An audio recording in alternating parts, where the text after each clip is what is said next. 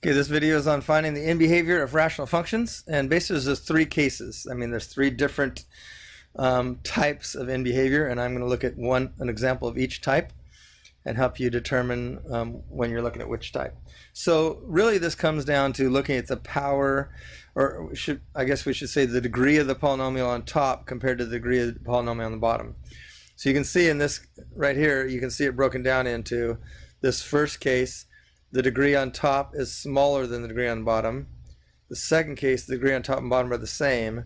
And the third case, the degree on top is bigger and the degree on the bottom is smaller.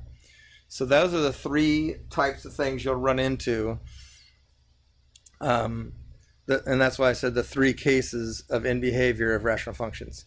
So we'll call this case one. There's not really an official case one, but this is just the first one I'm doing. So, and this is like the one we did in the earlier example in the video. If you just watch the other video, this is the degree on top is smaller.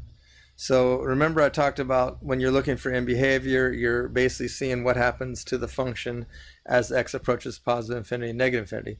So we can take the limit, if you will, as x approaches infinity of this thing, 3x squared plus 2x minus 5 over 4x cubed plus 7x minus 100. And again, the idea is as x gets closer and closer to infinity, x squared is much, much, much bigger than x. So this becomes the dominating feature, and these guys become less and less significant.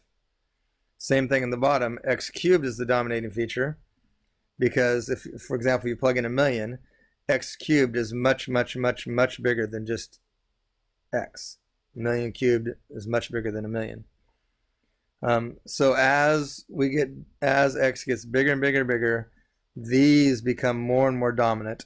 And what you notice is that x cubed is growing much faster than x squared. So when I'm plugging in the same values for x, the bottom is getting big faster than the top. And so anytime we have a fraction where the top is growing, where both the top and bottom are growing, but the bottom is growing much faster, then we know the overall fraction is approaching 0. So that's the case here. It would be equal to 0, which means there's a horizontal asymptote. Horizontal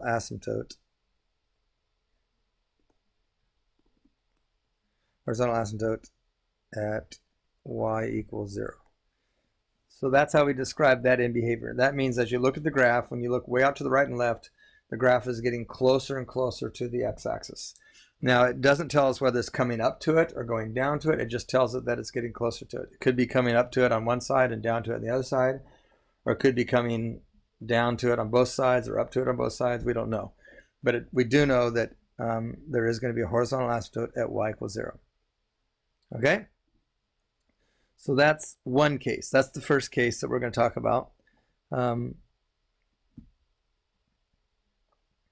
Second case is the power on top and bottom are the same, or the degree on top and bottom are the same. So in this case, once again, it's true as x approaches infinity, as x gets bigger and bigger and bigger, then the highest power becomes the dominant feature. So the 3x minus 2 and the minus 4 become less and less significant. And this is looking more and more like 4x squared over 2x squared. Now, because the x squareds are the same, that means it's growing at the same rate, but the top always has a 4:2 ratio to the bottom. So that means that this thing is going to get closer and closer to 4 over 2, which of course is just 2. So this will also have a horizontal asymptote, but not at 0, but at y equals 2. So if we were to say it in general, if the power on top and bottom are the same, then it will have a horizontal asymptote at y equals the ratio of the leading coefficients. You can see that this is the leading coefficients. So this is the ratio of the leading coefficients. Okay?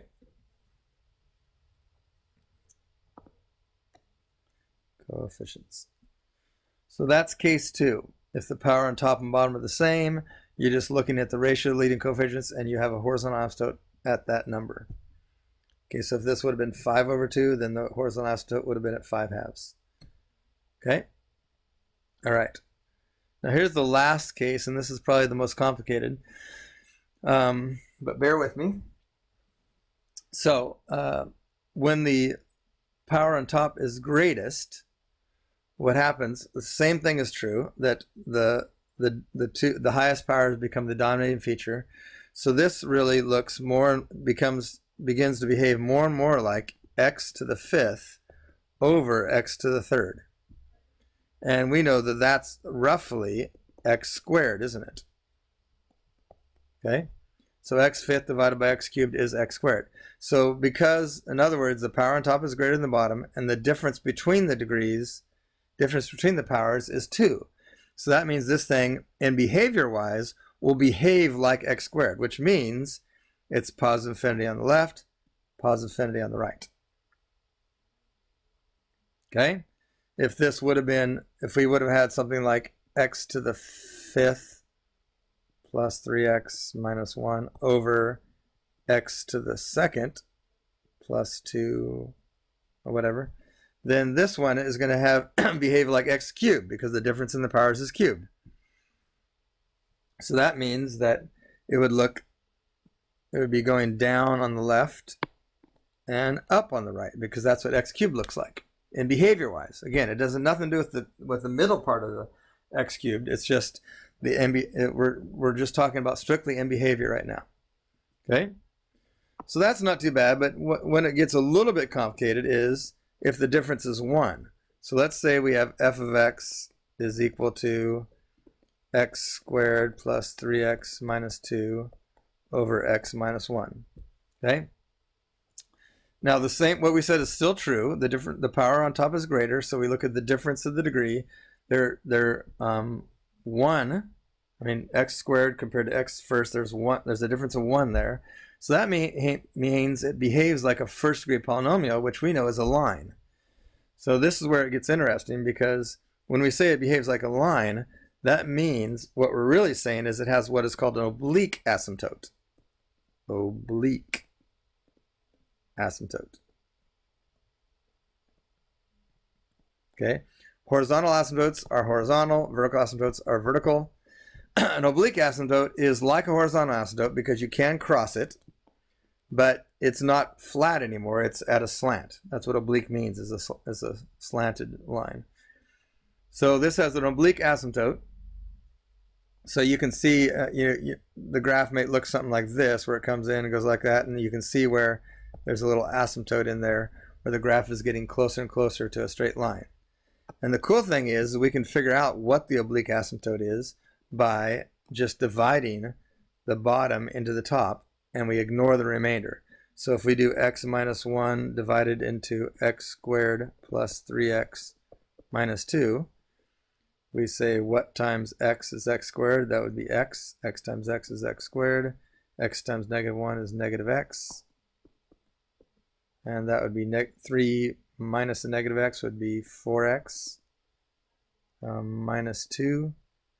And we go, what times x equals 4x? That'd be plus 4.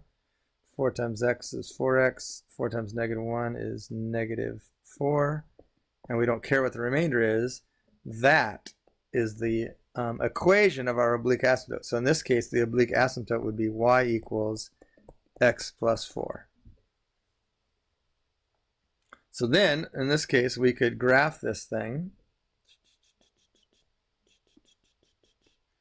1, 2, 3, 4, across right there, has a slope of 1.